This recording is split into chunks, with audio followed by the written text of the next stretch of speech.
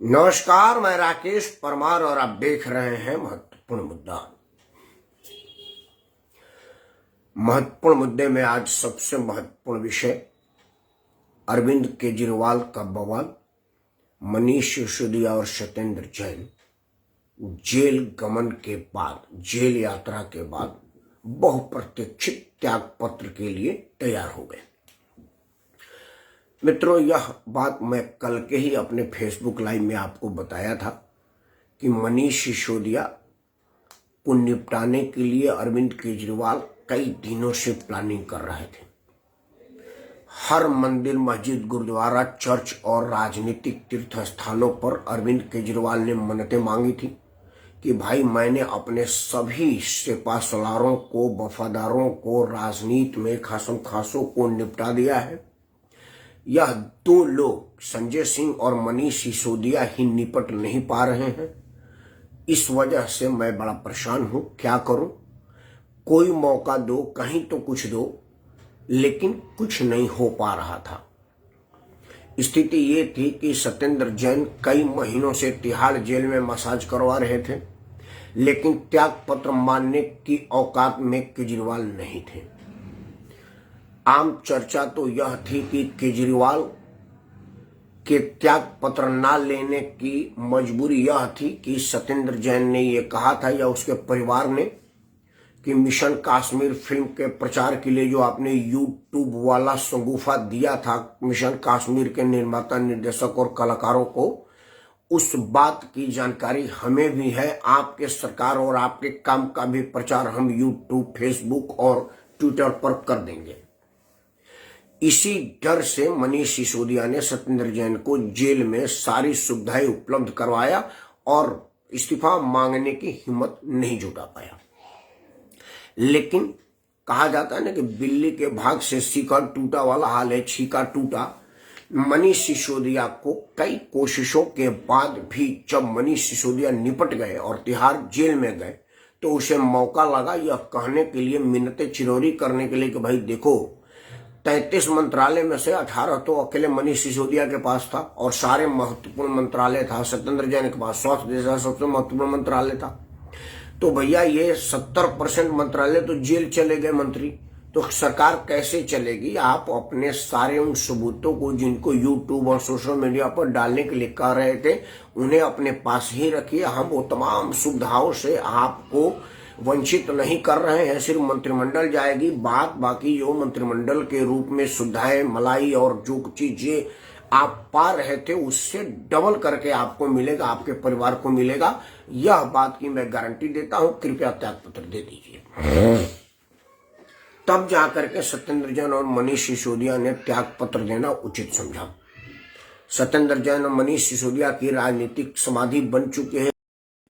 अब इनका वापसी बड़ा मुश्किल है, क्योंकि वापसी सत्येंद्र जैन और मनीष सिसोदिया चाहेंगे तब भी अरविंद केजरीवाल नहीं होने देगा। यह बात मैं आज आपको कहता हूं। इस टीवी वाले बयान को, इस यूट्यूब पर चलने वाले कार्यक्रम को, फेसबुक लाइव को सुरक्षित रखिएगा, देख के रखिएगा, सेव रखिए। यह बात अगर आपको लगे तो ये भरोसे के लिए सबूत के तौर पर रखिएगा। ये मैं कह रहा हूं कि इन लोगों की राजनीतिक पुनर्वास अब बड़ा मुश्किल है, क्योंकि इनके आका ही इनकी पुनर्वास नहीं होने देगा।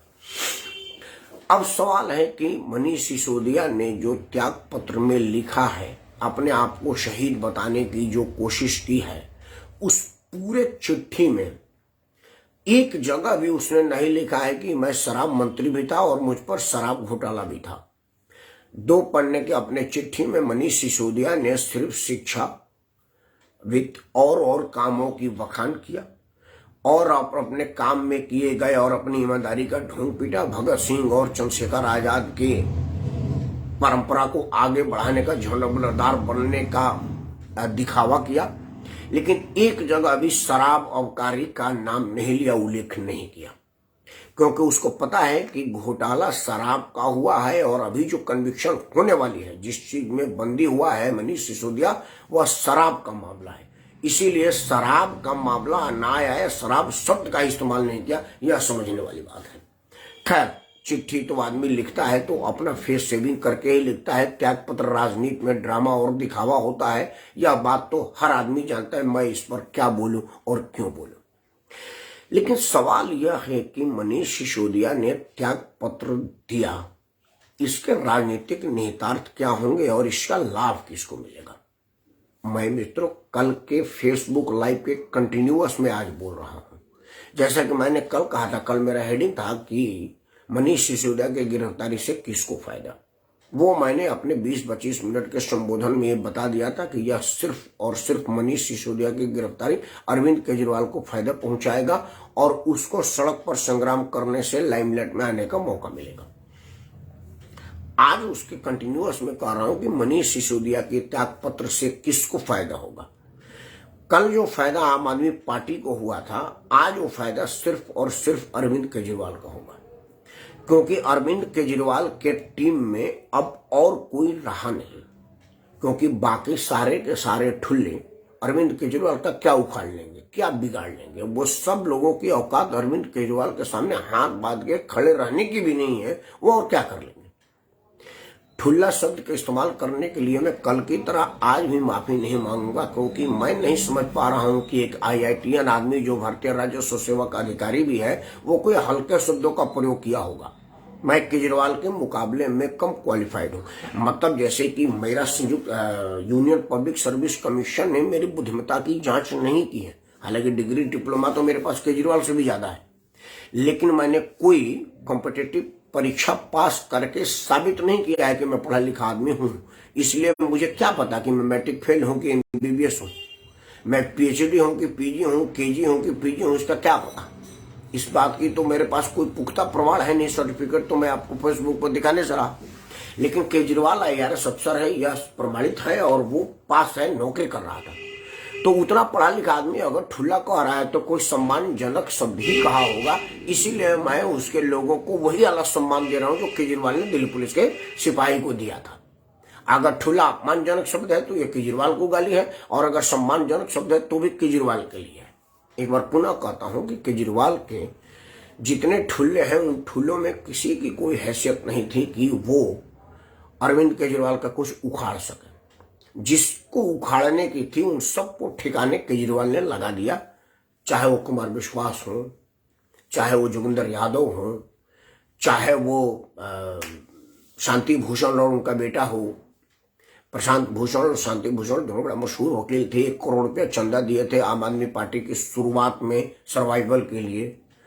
अन्ना हजारे ने सारा प्लेटफॉर्म दिया, लाखों करोड़ों रुपए की अवैध वसूली और चंदा का सारा धंधा दिया। उन सब लोगों को अरविंद केजरीवाल ने निपटा दिया था। वो सब के सब निपट चुके थे और इतने ज्यादा बढ़िया से निपटाए थे कि वो कुछ कर भी नहीं पाए।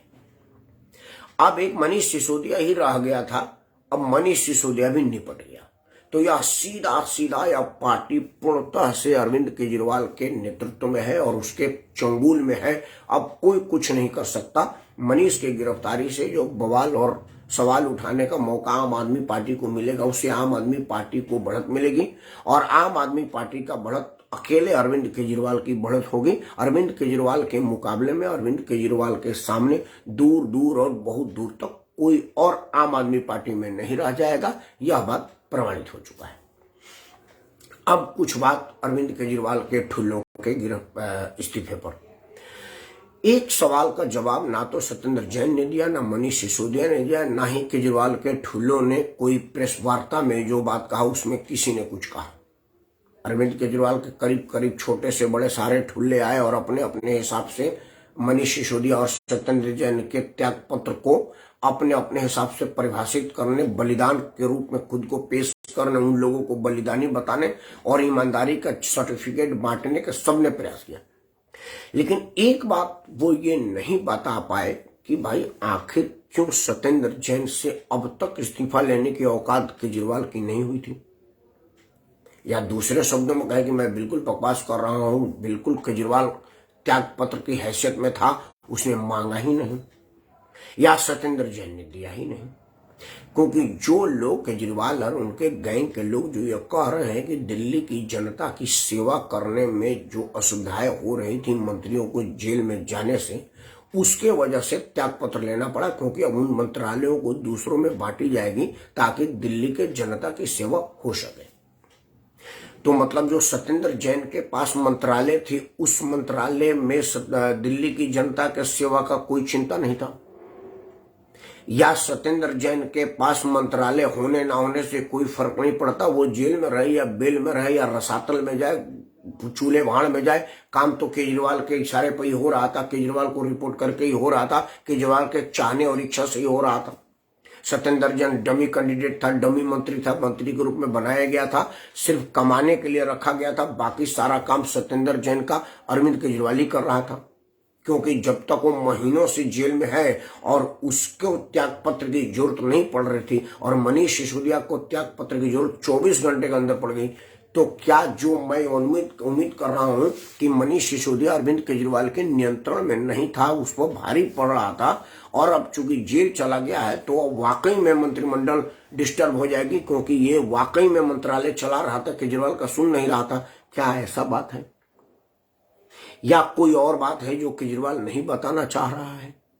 यह बात चिंता का है, यह बात चर्चा का है, और इस विषय पर चर्चा पर चर्चा होना ही चाहिए। मित्रों, आज दिन भर कई विषयों पर चर्चा हुई। अतीक अहमद के गुर्गों के इनकाउंटर पर समाजवादी पार्टी से निकले उनके लिंक पर चर्चा हुआ। मनीष सिसोदिया के जमानत पर सुप्रीम कोर्ट में दिए अर्जी पर चर्चा हुआ। इन सब चर्चाओं पर जो बातें निकल के आई वो यह बता रही है कि क्या भारत महान के लोकतंत्र को खतरा लोकतंत्र के नाम पर उपजे हुए खड़फानुसों से ही है क्या? और क्या लोकतंत्र ही इस देश को नुकसान पहुंचा रहा है, जिसके विकल्प पर विचार करना चाहिए? या लोकतंत्र में आए अशुद्धियों को किस तरह से काबू पाया जा सके और इसको किस तरह से इस पर निजात पाया जा सके, लोकतंत्र के लिए यह बहुत जरूरी है, क्योंकि यह लोकतांत्रिक प्रक्रिया का ही नतीजा है कि अतीक अहमद और दाऊद इब्राहिम जैसे लोग भी भारत के राजनीति में चुनाव के माध्यम से चुन करके माननीय बन जाते हैं, जिन पर बलात्कार का केस है, जिन पर सीधा मर्डर का केस है, जो चुनाव लड़ते हुए मर्डर करते हैं, चुनाव लड़ने के बाद मर्डर करते हैं, या मर्डर करके आगे चुनाव लड़ते हैं लेकिन वो संसद में माननीय बन जाते हैं। वो पुलिस जो कल तक उनको गिरफ्तार कर रही थी, वो उनको सैल्यूट मार करके विधानसभा के अंदर और लोकसभा के अंदर पहुंचाती है। क्या यह एक लोकतंत्र पर बदनुमा दाग नहीं है? इस विषय पर चर्चा नहीं होना चाहिए?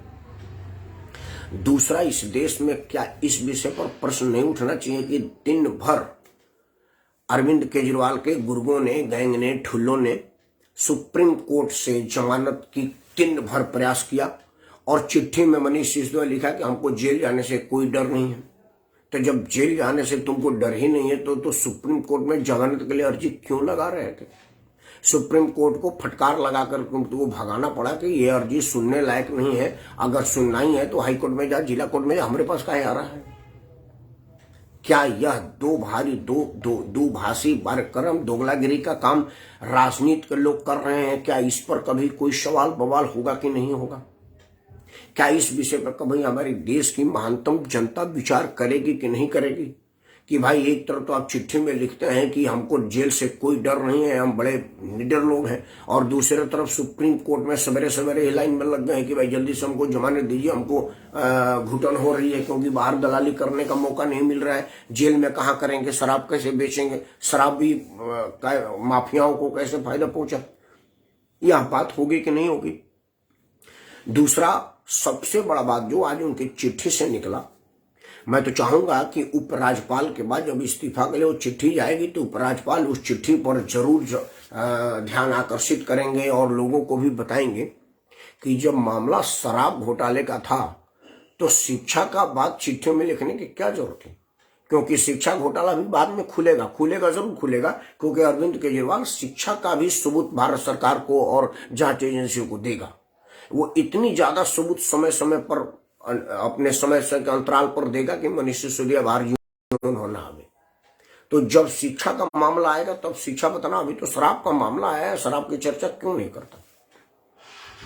उसी तरह से आज अतीक अहमद के बेटों की जब फोटो समाजवादी पार्टी के मुखिया के साथ आई तो वो कह रहे कि नहीं, मेरे तो जानता नहीं, मैं तो पब्लिक फिगर हूं, कोई भी फोटो खिंचवा लेता है। तो पब्लिक फिगर कोई भी आपके साथ फोटो खिंचवा लेता है तो किसी को भी अब विधायक का टिकट दे देते हैं और किसी को भी संसद बना देते हैं। देश के नामजद माफिया जो कि अभी योगी राज में उत्तर प्रदेश छोड़ करके बाहर शरण लिए हैं, वो आपके टिकट पर लोकसभा और राज्यसभा और विधानसभा चुनाव लड़े हैं, लड़ चुके हैं और लड़ेंगे भी। इस पर कभी आप विचार करेंगे कि नहीं? इन सब मुद्दों पर विचार लोकतंत्र के खूबसूरती को बनाए रखने के लिए परम आवश्यक है, बड़ा जरूरी है और इस पर विचार जरूर होनी चाहिए। मैं देश के महान जनता से हाथ जोड़ कर प्रार्थना करता हूं कि देश में लोकतंत्र तभी तक मजबूत रहेगा जब लोकतंत्र में आए बुराइयों को दूर करने पर हम विचार करेंगे और इसे दूर करेंगे। जैसे शरीर में कोई बीमारी लग जाती है तो हम उसका इलाज कराते हैं, किसी को शुगर हो जाती है तो दवाई कराते हैं, किसी को कैंसर हो जाता है तो उस अंग को काट करके निकाल देते हैं, वगैरह वगैरह। उसी तरह से अगर लोकतंत्र में कोई बुराई है तो उसका उपचार भी बहुत जरूरी है और यह हम ही में से होना चाहिए, क्योंकि हम ही में से कोई डॉक्टर बनता है और हमारे शरीर में आए हुए विकारों को, अशुद्धियों को निकाल के बाहर करता है या इलाज से ठीक करता है। तो लोकतंत्र में आए हुए इन बुराइयों को भी हम ही को ठीक करना पड़ेगा और जब तक हम इसको ठीक नहीं करेंगे तब तक यह एक नासूर बनता जाएगा और एक दिन लोकतंत्र को ही निगल जाएगा। इसके पहले कि लोकतंत्र को निगल जाए, पड़ोसी देश पाकिस्तान, अफगानिस्तान और श्रीलंका जैसे हमारे हालात हो जाए, हमें ही संभलना पड़ेगा और हम ही को संभलना चाहिए, क्योंकि यह नेता तो तेरी चुप मेरी चुप की नीति अपनाएंगे और तेरी चुप मेरी चुप के तहत आपको भी चुप कराएंगे। लेकिन अगर आप चुप रहिएगा तो आने वाले भविष्य आपको माफ नहीं करेंगे। इस विषय पर जरूर विचार करिएगा और अगर वीडियो पसंद आए तो इसे लाइक करिए, चैनल को सब्सक्राइब करिए और अपने सभी समूह में साझा करिए, क्योंकि साझा करने से समस्या अपने समाधान को प्राप्त होती है और जब समस्या का समाधान प्राप्त होता है तो वह समस्या समाप्त होता है। जय हिंद, वंदे मातरम, भारत माता की जय।